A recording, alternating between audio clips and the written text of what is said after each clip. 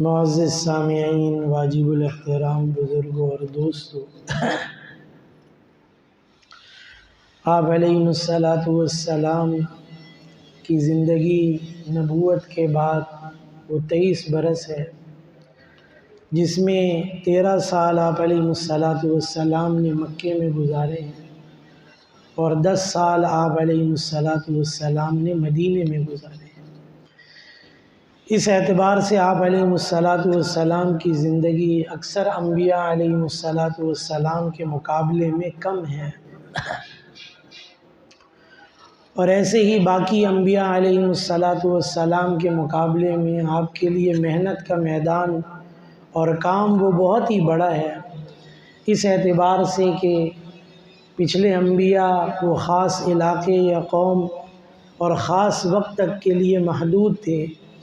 لیکن آپ علیہ الصلاۃ والسلام اگرچہ عرب میں مبعوث ہوئے، پیدا ہوئے، لیکن آپ کی نبوت فرمایا کافۃ للناس، فرمایا ساری انسانیت کے لیے آپ کو نبی بنا کر بھیجا گیا، اور آپ کی نبوت و رسالت کا زمانہ وہ فرمایا قیامت تک کے لیے، اور آپ کسی علاقے کسی قوم کے لیے محدود نہیں بلکہ ساری انسانیت کے لیے جو آپ کے بعد آنے والے ہیں سب کے لیے آپ علیہ الصلاۃ والسلام کو نبی بنا کر بھیجا گیا۔ اور جیسے پیچھے انبیاء آتے رہے اور ان پر کتابیں نازل ہوتی رہیں، تو ہر اس کے ساتھ پچھلی کتاب منسوخ ہوئی یا اس میں کچھ تبدیلیاں ہوئیں، کچھ احکامات تبدیل کیے گئے۔ ایسے ہی آپ علیہ الصلاۃ والسلام پر قرآن کریم کو نازل کیا گیا، تو پھر مستقل اس کے اندر احکامات دے دیے گئے، اور فرمایا ان الدین عند اللہ الاسلام، فرمایا دین اللہ کے نزدیک قابل قبول کون سا ہے، تو فرمایا وہ اسلام ہے، وہ دین ہے جو آپ علیہ الصلاۃ والسلام پر نازل کیا گیا، جو آپ علیہ الصلاۃ والسلام لے کر آئے،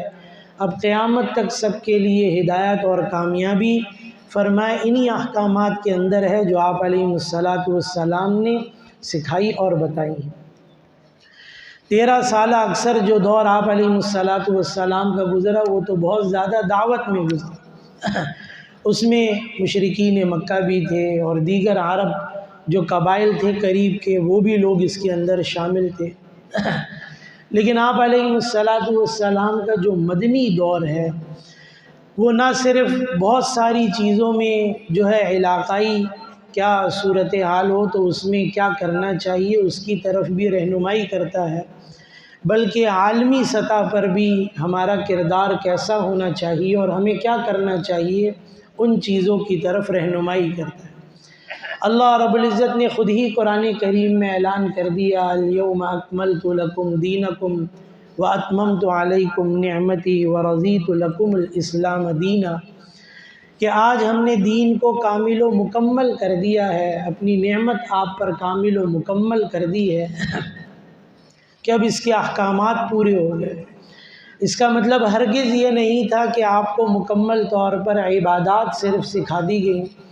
بلکہ قیامت تک کے لیے عبادات کے اندر بھی رہنمائی وہ فرمایا اسی قرآن و حدیث سے ہوگی، اور فرمایا جو ہمارا معاشرتی نظام ہے فرمایا قیامت تک کے لیے رہنمائی فرمایا اسی قرآن و حدیث سے ہوگی، جو ہمارا معاشی نظام ہے فرمایا اس کے اندر بھی ہماری رہنمائی قیامت تک اسی قرآن و حدیث سے ہوگی، جو ہمارا سیاسی نظام ہے اس کی طرف بھی قیامت تک رہنمائی فرمایا اسی قرآن و حدیث سے ہوگی، کہ ایسا نہیں کہ یہ محدود ہے بلکہ ہر زمانے میں ہمارے لیے ہدایت اور رہنمائی فرمایا اسی قرآن کے اندر اور آپ علیہ الصلاۃ والسلام کی زندگی کے اندر رکھی ہوئی۔ آپ علیہ الصلاۃ والسلام نے اسی لیے بنیادی اصول اس کے اندر بیان کر دیے ہر چیز کے، چاہے وہ معاشرت ہو، وہ معیشت ہو، اخلاقیات ہو، عبادات ہو، سیاست ہو، فرمایا ہر چیز کے اندر بنیادی اصول بیان کر دیے گئے اور ان بنیادی اصول کی طرف رہنمائی کر دی گئی۔ انہی بنیادی اصول پر آئندہ ہر زمانے کے اندر جو جدید چیزیں آتی رہیں گی انہی بنیادی اصولوں سے رہنمائی لے کر آئندہ کی چیزوں کو تشکیل دیا جائے گا اور مرتب کیا جائے گا، اور یہ چیز ایسا نہیں کہ اس زمانے میں نہیں ہوا، بلکہ صحابہ کرام کے زمانے میں، خلفائے راشدین کے زمانے میں یہ چیزیں ہوتی رہیں اور ایسے مسائل پیش آتے رہے، اور صحابہ کرام جمع ہو کر اس پر مشاورت کرتے رہے، اور قرآن و حدیث سے رہنمائی لے کر نئے مسائل کا بھی حل ان لوگوں نے بھی تلاش کیا۔ ایسا نہیں ہے کہ یہ کام صرف آج کے ہی زمانے میں ہو رہا ہے، بلکہ یہ اس زمانے سے لے کر آج تک چلا آ رہا ہے اور قیامت تک ایسے ہی چلتا رہے گا اس کے اندر۔ تو آپ علیہ السلام کی مدنی زندگی وہ بہت ساری چیزوں کی طرف رہنمائی کرتی ہے۔ آپ علیہ السلام مدینہ تشریف لائے، مکے کے اندر ایک یہ چیز تھی، صرف اس وقت میں سامنے کے مد مقابل مشرک تھے اور وہ عرب ہی تھے۔ بہرحال ان کے ساتھ یہ محاذرائی بھی وہاں کچھ نہ کچھ چلتی رہی، لڑائی نہیں تھی، لیکن وہ مسلمانوں پر تشدد کرتے رہے، ستاتے رہے ان کو،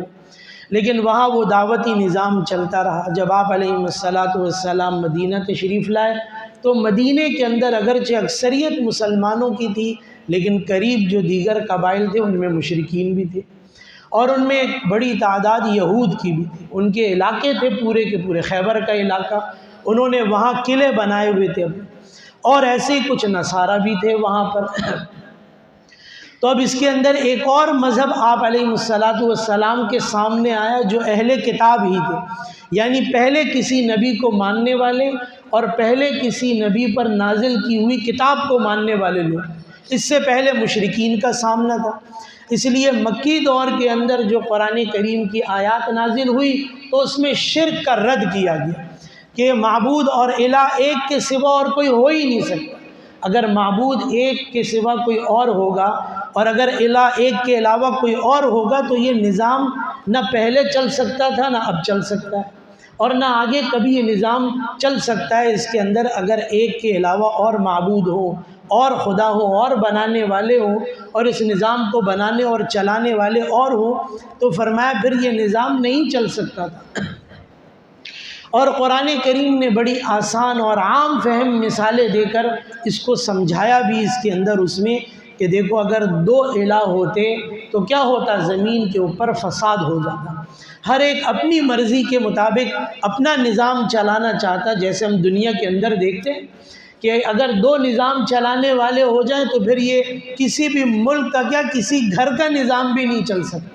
اگر گھر کے اندر بھی یہ نظام چلانے والے ایک سے زیادہ ہو جائیں تو گھر کا نظام چلانا مشکل ہے، شہر کا کیا، علاقے کا کیا، ملک کا کیا نظام چلے گا؟ اور تم کہہ رہے ہو پورا نظام کائنات چلے اور دو الہ ہو جو اس کو بنانے والے اور چلانے والے ہو، یہ کیسے ہو سکتا ہے؟ بہرحال یہ میں اس کے اندر عرض کر رہا تھا، جب مدینہ تشریف لائے تو ایک اور چیز آپ کے سامنے آئی، اہل کتاب یہ سامنے، ان میں یہود بھی ہیں، نصارہ بھی، پچھلے نبی کو بھی ماننے والے ہیں کسی نبی کو، اور ایسے ہی پچھلی کتابوں میں سے بھی کسی کتاب پر ایمان رکھنے والے، اور کسی نہ کسی درجے میں وہ کتابیں بھی ان کے پاس موجود ہیں، اور بظاہر ان کتابوں پر وہ اس بات کا دعویٰ بھی کر رہے ہیں کہ ہم ان کتابوں پر عمل کرنے والے ہیں، اگرچہ حقیقت ایسی نہیں تھی۔ نہ یہود ان کے پاس صحیح معنوں میں وہ کتاب، اور اگر کتاب تھی بھی تو بھی وہ اپنی کتاب پر عمل پیرا نہیں تھے۔ ایسے ہی نصارہ کا بھی حال تھا کہ اگر کتاب ہے بھی صحیح، اگر ان کے پاس صحیح طور پر موجود ہے تو بھی وہ صحیح معنوں میں اپنی کتاب پر عمل پیرا نہیں تھے۔ آپ علیہ السلام مدینہ پہنچے اور یہ چیز سامنے آ گئی تو آپ علیہ السلام نے ان سے معاہدہ کیا کہ یہ بہرحال دوسرے مذہب کے ہیں، اہل کتاب میں ہی سے ہیں، لیکن مدینہ کے رہنے والے لوگ ہیں، تو ان سے معاہدے کیے گئے اور مدینہ کے اندر رہنے کے اعتبار سے کچھ شرائط طے کی گئی، اور یہ بھی تھا کہ ٹھیک ہے یہاں پر رہیں لیکن ہمارے دشمنوں کی مدد نہیں کریں گے ہمارے خلاف۔ لیکن ان اہل کتاب نے ایسا نہیں کیا۔ غزوہ خندق کو دیکھ لیں، غزوہ احد کے اندر آگے بھی جو لڑائیاں ہوئی کچھ، اس میں ان اہل کتاب کا بڑا اثر و رسوخ تھا۔ اس غزوہ خندق کے لیے مشرکین مکہ کو اور دیگر عرب قبائل جو مشرکین تھے ان کو تیار کرنے والے یہ یہودی، اور اس کے لیے اس بات پر تیار کیا گیا کہ مکمل اسلحہ ہم فراہم کریں گے اور ایسی افرادی قوت بھی ہم دیں گے، جو مالی وسائل خرچ ہوں گے وہ بھی ہم کریں گے۔ جو آج بھی یہود کر رہے ہیں. یہ میں مثال دے رہا ہوں جو آج بھی یہود کر رہے ہیں. یہود دنیا کے اندر اتنی بڑی تعداد میں نہیں ہے، اور اسرائیل چھٹاک بھر کا ہے، چھوٹا سا ملک ہے، اتنا بڑا ملک نہیں. لیکن اور اس کے پیچھے جو دیگر ممالک ہیں، چاہے برطانیہ ہو، امریکہ ہو، وہاں یہودیت نہیں ہے عام طور پر، بلکہ وہاں عیسائیت ہے. اصل مذہب ان کا عیسائیت ہے. لیکن اس کے لیے ان کو تیار کرنا کہ ہماری جنگ میں تم ہمارے حصے دار بنو گے اور ہماری معاونت کرو گے. ہم کیا کریں گے؟ ہم اپنے مالی وسائل تم پر خرچ کریں گے، تمہیں مالی امداد اور تعاون ہم فراہم کریں گے. آج بھی اس وقت بھی ایسے ہی کیا گیا کہ ان مشرکین مکہ کو اور دیگر مشرک عرب قبائل کو تیار کیا گیا اس کے اوپر. اور بہرحال افرادی قوت تو نہیں دی ان لوگوں نے، ڈر کے مارے اس کے اندر کہ اگر مشرکین مکہ کو اور مشرکین کو شکست ہو گئی تو ہمارے لیے رہنا مشکل ہو جائے گا، اور اس کی وجہ سے ان کو یہ نقصان بعد میں اٹھانا پڑا. لیکن اپنے وسائل خرچ کیے، ان کو مالی امداد فراہم کی مشرکین کو اس لڑائی کے اندر. اللہ رب العزت کی طرف سے مدد تھی، مسلمانوں کو فتح ہو گئی، اور بہرحال مشرکین کو ہٹنا پڑا، پیچھے واپس چلے گئے. اور اس کے بعد پھر کچھ فیصلے کیے گئے جس کے اندر ان پر نہ صرف پابندیاں لگی بلکہ ان کے بعض قبائل کو اور ان کے جوانوں کو جو لڑنے کے قابل تھے قتل بھی کیا گیا، اور جو ان کا مال تھا وہ بھی مسلمانوں نے اپنے قبضے میں کیا. اور یہاں تک آہستہ آہستہ ان کے اوپر زور دیا گیا کہ وہ مدینے سے نکل گئے. پہلے مدینے سے نکالا گیا، میں نے یہ بات پہلے بھی عرض کی تھی. پھر آپ علیہ السلام نے فرمایا کہ عرب ہی سے ان کو نکالو، جزیرہ عرب میں ان کے لیے رہنے کی کوئی گنجائش نہیں ہے. اور حضرت عمر رضی اللہ تعالیٰ عنہ کے زمانے میں ایسا ہو بھی گیا. اس وقت کے اعتبار سے ایک یہ بھی چیز ضرور اس کے اندر سمجھ لیں کہ اس وقت جو اسرائیل کا قیام 1948 میں 47 میں پاکستان کا وجود ہوا اور 48 میں اسرائیل کا قیام ہوا، اس کے اندر اس میں اور ایک یہودی مملکت قائم کر دی گئی، جس کے اندر پیچھے سارے مغربی ممالک کی ایک یہ بھی سوچ رہی کہ ایک ایسی قوت عرب ممالک کے درمیان اور مسلمانوں کے درمیان قائم کی جائے جو بظاہر بہت چھوٹی سی ہے، لیکن اس کو ناقابل تسخیر بنا دیا جائے ہر اعتبار سے. صحیح ہے نا؟ اس کے اندر ان کے پاس جدید اسلحہ بھی ہو، ان کے پاس لڑنے کے لیے افواج بھی ہو، ان کے پاس مالی وسائل بھی ہو. اور اس چیز کے لیے یہودیوں نے خود ان کو اپنے لیے تیار کیا کہ یہ چیز بڑے سوچنے کی ہے کہ فوراً ہی جیسے ہی ایک اسلامی مملکت کا قیام ہوا، یہ بات بہرحال ہم بارہا کہتے رہتے ہیں اور سنتے بھی رہتے ہیں، اس پہ شکایت اعتراض سوالات ہمیں بھی ہیں اور آپ کو بھی ہیں کہ یہ ملک پاکستان کس کے لیے بنا، کس نیت کس جذبے سے بنا، کس مقصد سے بنا اور کتنا اپنے مقصد پر ہے. یہ سب چیزوں پر سوالات ہمیں بھی ہیں، آپ کو بھی ہے، اس پر اعتراضات اشکالات اپنی جگہ ہیں. لیکن بہرحال جس وقت اس ملک کا قیام ہوا وہ اسلامی ریاست کے طور پہ ہی ہوا،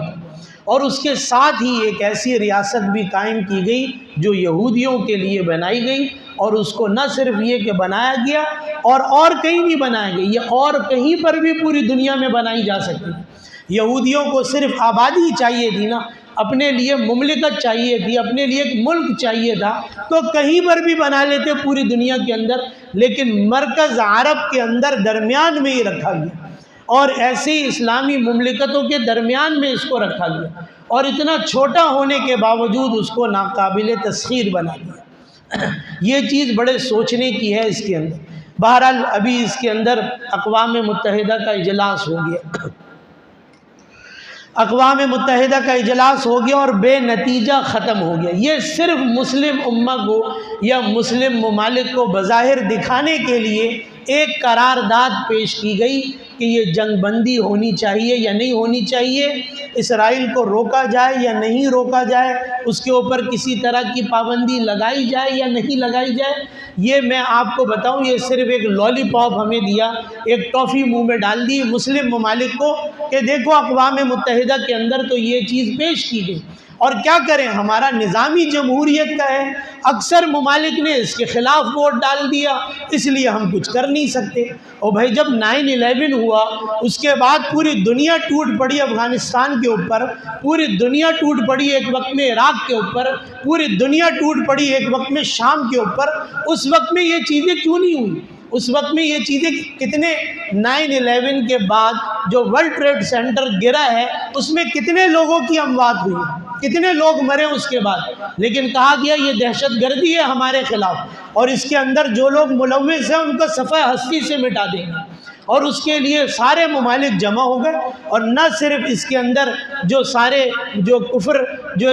ایسے ممالک ہیں جو کافر ہیں، غیر اسلامی ہیں، نہ صرف وہ متحد ہو گئے بلکہ اس کے اندر غیر جانبدار وہ بھی نہیں رہ سکے، بلکہ مسلم ممالک کو بھی اپنے ساتھ معاون بنا لیا۔ صحیح، عراق کے اندر لڑائی کے اندر مسلم ممالک کو بھی اپنے ساتھ ملا لیا گیا، شام کے اندر مسلم ممالک کو بھی اپنا معاون و مددگار بنا لیا گیا، اور ایسے ہی اس کے اندر جو نتائج سامنے آئے اور جو ہلاکتیں ہوئی وہ سب کے سامنے ہیں۔ یہ چیز زور لگتا رہا کہ بھئی ایٹمی قوت ہے عراق اور ایٹم بم مار دے گا، پورا عراق تہس نہس کر دیا، جلا کے ختم کر دیا اس کے، پورے شام کی کیا حالت ہے وہ ہمارے سامنے۔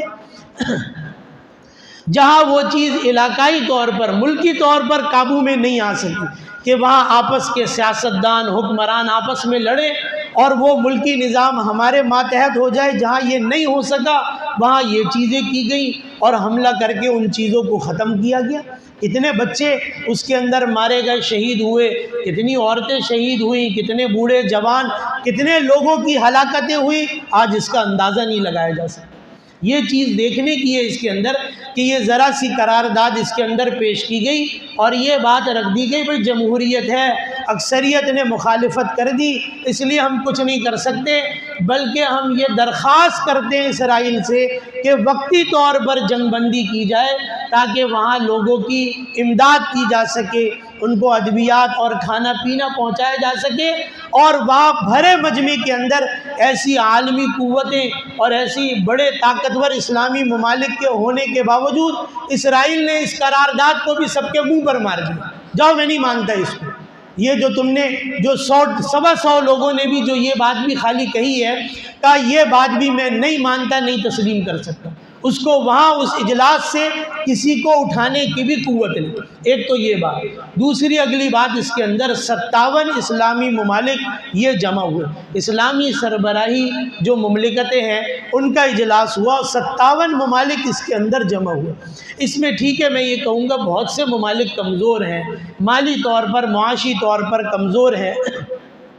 لیکن بہت سے ممالک مالی طور پر بہت ہی مضبوط ہیں، بلکہ اتنے مضبوط ہیں اگر وہ معاشی طور پر کچھ پابندیاں لگا دیں، زیادہ بھی نہیں، صرف کچھ پابندیاں لگا دیں تو یہ سارا کفر ان کے سامنے گھٹنے ٹیک دے گا، اتنی طاقت رکھتے ہیں وہ بظاہر اس کے اندر۔ وجہ بتاتا ہوں کہ کیوں نہیں ہو رہی یہ چیزیں بظاہر اس میں۔ بہرحال یہ 57 ممالک جمع ہوئے اور سب نے خالی تقریریں کی اور پورا اجلاس بے نتیجہ ختم ہو گیا، کوئی فیصلہ نہیں کر سکے۔ کچھ ممالک نے تجویز بھی دی کہ کچھ پابندیاں لگا دیں، کم از کم اتنی تو قرارداد منظور کر لیں کہ اسرائیل دہشت گرد ہے، وہاں معصوم بچے مارے جا رہے ہیں، وہاں عورتیں ماری جا رہی ہیں، وہاں جو مریض اسپتالوں میں اسپتال تباہ کر دیے ان لوگوں نے، کم از کم اتنا تو کر دیں اس کے اندر اس میں کہ اس ملک کو دہشت گرد قرار دے دیں۔ یہ 57 ممالک کے اندر اتنی بھی ہمت نہ ہوئی کہ وہ یہ صرف قرارداد منظور کریں، بلکہ اس کو بھی رد کر دیا گیا کہ ہم نہیں کر سکتے۔ یہ سوچنے کی بات ہے کہ ہم یہ قابل غور قابل فکر بات ہے ہمارے لیے یہ چیز کہ یہ چیزیں ہم کیوں نہیں کر پا رہے۔ میں ایک مختصر سا خیر واقعہ صرف اس کے اندر بیان کر دوں۔ اسلامی تاریخ کے اندر چیزیں چلتی رہیں، اسلامی ریاستیں حکومتیں چلیں۔ حضرت عمر بن عبدالعزیز رحمۃ اللہ علیہ کا زمانہ، یہ نظام بنایا مکمل طور پر مضبوط منظم حضرت عمر رضی اللہ تعالیٰ، اور پھر آگے چلتے چلتے حضرت عمر بن عبدالعزیز رحمۃ اللہ علیہ کا زمانہ ہے۔ یہی بصرہ کا یہ عراق کا علاقہ ہے، وہاں کے گورنر نے خط لکھا حضرت عمر بن عبدالعزیز رحمۃ اللہ علیہ کو کہ جتنا یہ زکوٰۃ اور یہ عشر وغیرہ جتنا جمع ہوتا ہے یہ ریاستی نظام کے اندر وہ سارا مال جمع ہوا، اور جتنا ہم کو خرچ کرنا تھا ہم نے خرچ کر دیا۔ یہ مال اب ہمارے پاس بچ گیا، ابھی بھی ہمارے پاس رقم بچ گئی ہے، اب ہم کیا کریں؟ اس کو ہم آپ کے پاس بھیج دیتے ہیں، اب آپ دیکھ لیں کیا کرنا ہے۔ حضرت، اب یہ تفصیلی واقعہ میں بس مختصراً عرض کر رہا ہوں، حضرت عمر بن عبدالعزیز رحمۃ اللہ علیہ نے کوئی نئی تجویز بھیج دی۔ اس کے اندر مثال کے طور پہ کہا کہ جو ایسے نوجوان بچے اور بچیاں ہیں جن کو جو شادیوں کے قابل ہیں لیکن وہ شادیاں نہیں کر پا رہے، ان کے گھر والے شادیاں نہیں کر پا رہے، تو اس رقم سے ان کی شادیاں کروا۔ انہوں نے کہا بھائی یہ کام بھی میں نے کر دیا۔ پھر انہوں نے کہا فلاں کام میں یہ پیسے لگا دو کسی اور ضرورت میں مسلمانوں کے۔ گورنر نے پھر خط لکھا، بھائی یہ بھی کام میں نے کر دیا۔ اب یہ چیز ہوتے ہوتے، خط و کتابت ہوتے ہوتے، آخر میں حضرت اب اکثر کام جو انہوں نے بتایا، گورنر نے کہا یہ سب کام کر چکے ہیں، اب بھی پیسے بچ گئے ہمارے پاس، کیا کریں؟ تو حضرت عمر بن عبدالعزیز رحمۃ اللہ علیہ نے فرمایا کہ ایسا کرو کہ مسلمانوں کو قرضہ دو سہولت کے ساتھ، اور وہ زمینیں جو غیر آباد ہیں ان کو کہو کہ بھئی آباد کریں، آپ کے پاس پیسے نہیں، پیسے ہم دیتے ہیں۔ اب وہاں اتنا بہت ہی زبردست اس وقت میں ایسے نظام نہیں تھے، تو اونٹ پالیں، صحیح نہ، بھیڑ بکریاں پالیں، جو وہاں جانور پائے جاتے ہیں وہ پالیں، اور جہاں پانی موجود ہے وہاں پر باغات یعنی کھجوروں کے درخت لگائیں اور ان چیزوں کو، نظام کو چلائیں۔ یہ قرضہ سہولت کے ساتھ دیا جا رہا ہے۔ اب وہ اس زمینوں کو آباد کریں، اس سے کمائیں، جب کما لیں گے، جب وہ اس قابل ہو جائیں تو یہ ہماری دی ہوئی رقم ہمیں واپس کر دیں۔ میں ایک یہ معاشی نظام بتا رہا ہوں، یہ جہاں یہ بہت ساری اس کے پیچھے عوامل ہیں، وجوہات ہیں، اس کے لیے ایک بڑی وجہ یہ بھی ہے 1944 میں دوسری جنگ عظیم کے بعد ورلڈ بینک اور IMF اس کا وجود ہوا۔ کیوں ہوا؟ آپ لوگ بھی زیادہ جانتے ہوں گے، پوری دنیا کا معاشی نظام اس جنگ کے بعد تباہ ہو گیا۔ 44 ممالک کے نمائندے جمع ہوئے اور کہا گیا کہ پوری دنیا عالمی مالیاتی نظام نیا اب اس کی ضرورت ہے، اور اس کے تحت ایک نیا جو ہے عالمی مالیاتی نظام، اس کے لیے بنیاد ڈالی گئی اس کے اندر۔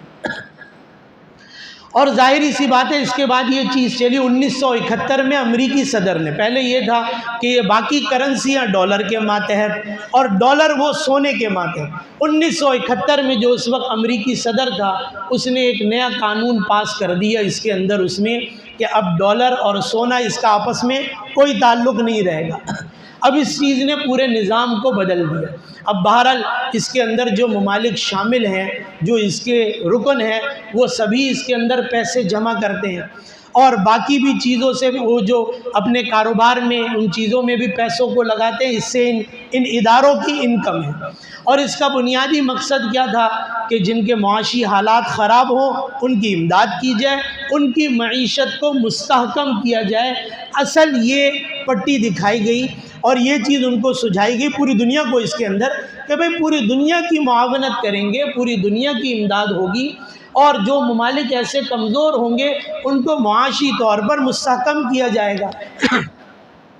ورلڈ بینک جو قرضے دیتا ہے وہ لمبے وقت کے لیے دیتا ہے، 5 سال، 10 سال، 15 سال، اور اس کے لیے ترقیاتی کام ہے۔ اور جو IMF قرض دیتا ہے وہ محدود وقت کے لیے دیتا ہے، 2 سال، 3 سال۔ آپ بھی سنتے ہوں گے آپ کو اتنے ارب ڈالر ملے اور اس میں سے اتنے ارب ڈالر ہم نے اپنے قرض کی ادائیگی میں واپس کر دیے۔ ابھی پیسے ہاتھ میں آئے اور اس میں سے آدھے پیسے ہم نے کیا کیا، پاکستان نے وہ جو قرض لیا ہوا تھا ہم نے اس میں سے آدھے کیا کر دیے، قرض کی ادائیگی کر دی۔ اب باقی سے کچھ کام کریں گے اگر ہوگا۔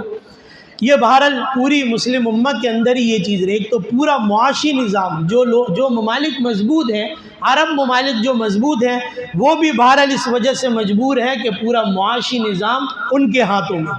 اور وہ ایسا مستحکم اور مضبوط ان کے ہاتھوں میں ہے کہ ان کو بھی اس چیز کا اندازہ ہے کہ اس نظام سے اگر ہم نے نکلنا چاہا تو ہماری معیشت بھی تباہ و برباد ہو جائے گی۔ سلطنت عثمانیہ کا جو زوال ہوا ہے اس کی ایک بڑی وجہ اس کے اندر یہ تھی کہ اس وقت جو عالمی بینک تھا، یہ سلطنت عثمانیہ نے اپنے بینک کو، کیونکہ خلافت عثمانیہ کا ایک بہت بڑا اثر تھا اور بہت زیادہ جو ہے زمینی حصے پر ان کی حکومت بھی قائم تھی، کا اس عالمی بینک سے اپنے آپ کو جوڑا۔ اس کی وجہ سے سب سے بڑا نقصان کیا ہوا کہ ان کا معاشی نظام تباہ ہونے لگا اس کے اندر۔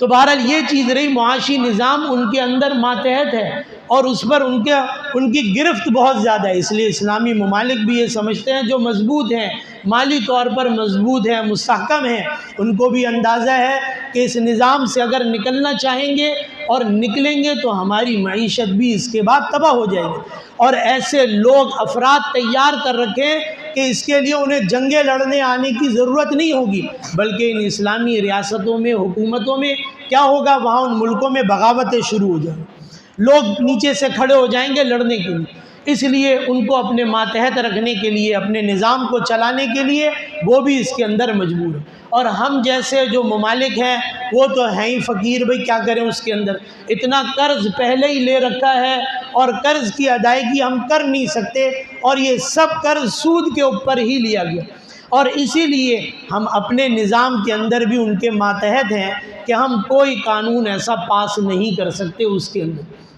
اور کوئی ایسی چیز ہم بھی نہیں کر سکتے، کیونکہ ہمارے اوپر ان کا بھی ایسے ہی دباؤ ہے، اور یہ چیز کہ ہماری یہ چیزیں گویا ان کے پاس گروی سی رکھی ہوئی، اگر ہم نے بھی اس نظام کو چھیڑنا چاہا اور اس کے خلاف کرنا چاہا تو ہمارے لیے بھی یوں نقصان ہو۔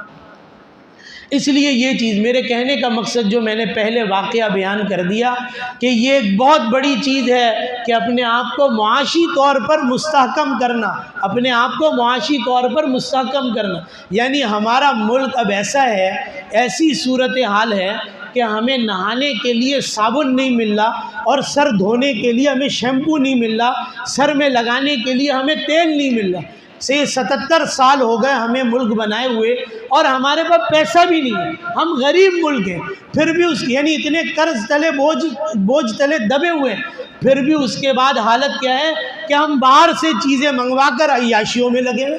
ہم کھانے پینے کی چیزوں سے لے کر، آج میری بھی حالت یہ ہے کہ میں پاکستان کی بنی ہوئی دوائی پر نہ اعتبار کرتا ہوں نہ استعمال کرتا ہوں۔ آج ہمارا گویا اسلام اور ہمارا دین ہی اتنا کمزور ہو گیا، ایک مسلمان اخلاقی طور پر اتنا کمزور ہو گیا کہ وہ یہ چیزیں کر ہی نہیں سکا اس کے اندر، اور اس کے بعد اتنا جو ہے، وہی میں نے کہا کہ اتنا کمزور معاشی طور پر ہونے کے باوجود ہم چیزیں باہر ممالک سے منگا کر ہم چیزیں استعمال کر رہے ہیں، گاڑی ہمیں باہر کی چاہیے، فون ہمیں باہر کا چاہیے، کھانا پینا ہمیں باہر کا چاہیے۔ میں نے گزشتہ جمعوں میں بھی یہ بات عرض کی تھی کہ میری اور آپ کی حالت ایسی ہے کہ ہم انہی کی کمپنیوں کے بنائے ہوئے پانی کے بغیر زندہ نہیں رہ سکتے، کیا کریں، ہماری ایسی حالت ہے کہ ہمارے پاس کوئی چیز ہو، ہم معاشی طور پر اتنا کمزور ہو گئے کہ ہمارے پاس یہ چیزیں نہیں ہیں۔ اس لیے بنیادی چیز، آپ علیہ السلام مدینہ تشریف لائے، پہلی لڑائی ہوئی ہے بدر کی۔ اس لڑائی کا اصل مقصد یوں جنگ نہیں تھا ویسے مشرکین سے، بلکہ اس لڑائی کا اصل مقصد مشرکین کو مالی طور پر کمزور کرنا اور اپنے آپ کو معاشی طور پر مضبوط کرنا تھا۔ بہرحال اللہ کا نظام کچھ اور تھا، وہ جو تجارتی قافلہ تھا وہ نکل گیا اور ابو جہل کے لشکر سے جنگ ہو گئی۔ لیکن اس کے بعد، اس غزوہ بدر کے بعد جو قیدی اس میں قید ہو کر آئے، اس وقت میں یہ چیز سوچی گئی، صحابہ کرام نے مشورہ چل رہا ہے صحابہ کرام سے کہ کیا کیا جائے۔ اب اس میں مختلف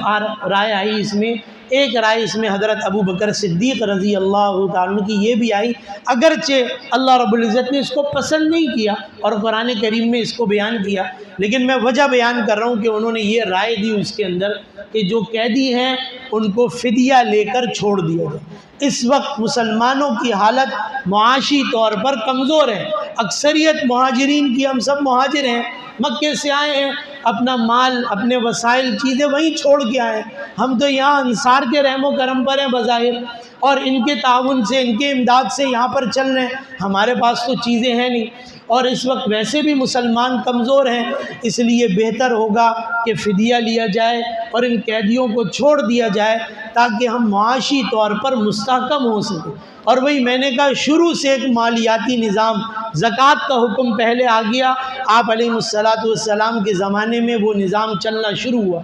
عشر کا، خراج کا، باقی چیزوں کے یہ نظام چلنا شروع ہے۔ ریاست کی ذمہ داری ہو گئی کہ وہ یہ وسائل کو جمع کرے اور پھر اپنی ضرورت کے مطابق اس کو خرچ کرے، اور پھر اس کے بعد اپنی دفاعی قوت کو مضبوط کرے۔ اس کے اندر میں نے بات یہ شاید پہلے بھی عرض کی، اسرائیل کی ایک پہلے کے وزیر اعظم سے انٹرویو لیا گیا، اتنا چھوٹا سا ملک ہے، آپ کے پاس اتنے اسلحہ ہے، اتنے اسلحے کی ضرورت کیا ہے اتنے چھوٹے سے ملک کو؟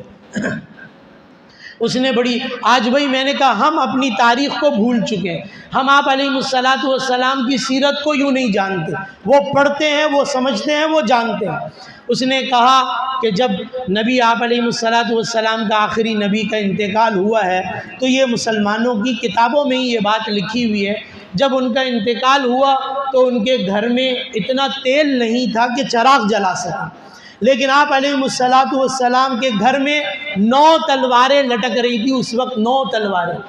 تلواریں آپ کے گھر کے اندر موجود تھیں۔ یہ دفاعی طور پر اپنے آپ کو مضبوط کرنا، یہ چیز اس کے اندر ہے، ہمیں یہ چیزیں سوچنے کی ضرورت ہے۔ اب رہ گئی یہ بات جو میں نے معاشی طور پر کہی، اس کے اندر اس میں یہ بات پہلے بھی کہتا رہا، بھائی ہم بائیکاٹ کر دیں گے کیا ہوگا؟ ایک تو یہ کہ اپنے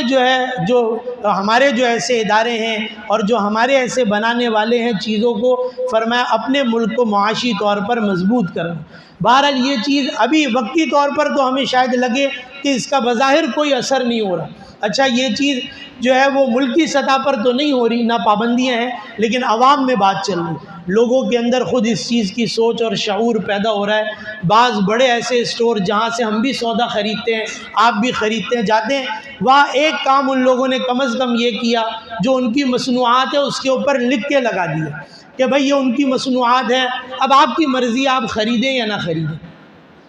اور بعض ایسی بھی جگہوں پر یہ بھی اہتمام کیا گیا کہ جو چیزیں وہ خود سے بنا سکتے ہیں اور دے سکتے ہیں کھانے پینے کی، وہ خود سے لوگوں کو فراہم کر رہے ہیں، اپنے طور پر اپنی کمپنی کے نام سے، اپنے نام سے وہ چیزیں فراہم کرنے کی کوشش کر رہے ہیں۔ بہرحال یہ چیز اب بظاہر ایسا لگ رہا ہے کہ یہ چیزیں ملکی سطح پر یا دیگر اسلامی ممالک کی سطح پر شاید یہ چیزیں اس طور پر نہ ہو سکے کیونکہ ہم مجبور اور کمزور ہیں بظاہر، لیکن یہ چیز عوامی سطح پر ضرور ہونی چاہیے۔ ہم اس کے لیے نہ صرف آواز اٹھائیں، اس کے لیے نہ صرف بات کریں، اور جہاں تک ہماری پہنچ ہم اس کو کریں، اپنی ذات سے کم از کم اس کو کریں کہ دیکھیں یہ چیز اب تو سر عام کھلے عام یہ چیزیں ہو رہی ہیں۔ پچھلے دنوں ایک ساتھی نے ایک تصویر مجھے بھیجی کہ ایک اسرائیلی نے ایک ٹی شرٹ پہنی ہوئی ہے جس پر ایک حاملہ عورت کی تصویر بنی ہوئی ہے، اور نیچے لکھا ہوا ہے کہ ایک کو مارو گے تو 2 مریں گے، اس کے اندر ایک عورت کو مارو گے تو آگے پیدا ہونے والا جو وہ مسلمان بچہ ہے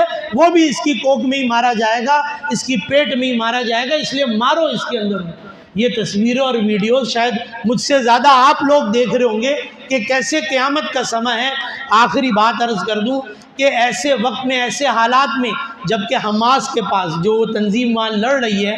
ایسے حالات میں جبکہ ان کے پاس وسائل نہیں تھے، ان کو لڑنے کی ضرورت ہی کیا تھی؟ اس وقت میں ان حالات میں جنگی جو ہے صورتحال میں کیوں کود گئے اور جنگ کو کیوں اپنا لیا؟ یہ یاد رکھیں، اس وقت بھی بہت سے اسلامی ممالک، یہ بہت پہلے سے بات چل رہی تھی، پچھلے کئی وقتوں سے آپ بھی سن رہے ہوں گے کہ ہمارے ملک کے بھی نمائندے اسرائیل جا رہے ہیں، ان سے رابطے ہو رہے ہیں، ان سے بات چیت چل رہی ہے کہ اسرائیل کو تسلیم کر لیا جائے۔ یہ بات یاد رکھیں کہ یہ ہمارے آئین کا حصہ ہے، آئین کا، کہ ہم اسرائیل کو کبھی تسلیم نہیں کریں گے، یہ ہمارے آئین کا حصہ ہے، یہ صرف ایسے ہی نہیں جھگڑا ہو رہا ہے اس کے اوپر۔ تو یہ چیز، یہ اب اس کے اندر ایک بڑا زور دیا جا رہا تھا عرب ممالک کو کہ وہ اسرائیل کو تسلیم کر لیں۔ اگر سعودیہ اسرائیل کو تسلیم کر لیتا ہے تو دیگر ممالک کی زبانیں بند ہو جائیں گی اس کے بعد کہ بھائی جب سعودیہ نے کر لیا تو تمہیں کیا پریشانی ہے؟